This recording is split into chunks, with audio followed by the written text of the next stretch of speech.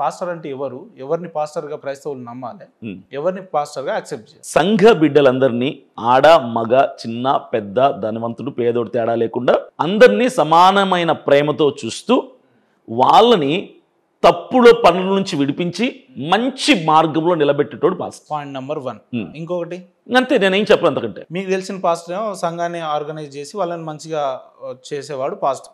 వాళ్ళు సంఘాన్ని పాస్టర్ని పోషించాలి.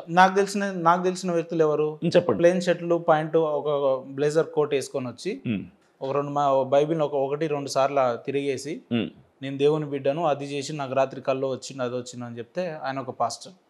లేదంటే ఎన్నో ఏళ్ళుగా ఫిజికల్ ఎఫిడియన్సీ ఉన్న పర్సన్స్ని నీకు అది చేస్తాం ఇది చేస్తాం అని చెప్పే వ్యక్తులు పాస్టర్లు. లేదంటే పాస్టర్ ముసుగులలో దశం భాగం తీసుకురండి, లేదంటే పైసలు తీసుకురండి, కొత్తిమీర కట్ట తీసుకురండి, సాంబార్ పప్పు తీసుకురండి అనడం నాకు తెలిసిన పాస్టర్ ఇది అంటున్నా.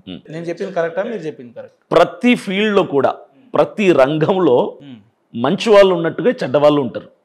అది హైందవత్వంలో అయినా క్రైస్తవత్వంలోనైనా ఇస్లాంలోనైనా బుద్ధిజంలోనైనా సిక్కిజంలో అయినా ప్రతి దాంట్లో ప్రతి మత పెద్దల్లో కల్ప్రిట్స్ ఉంటారు, కల్తీ ఉంటుంది.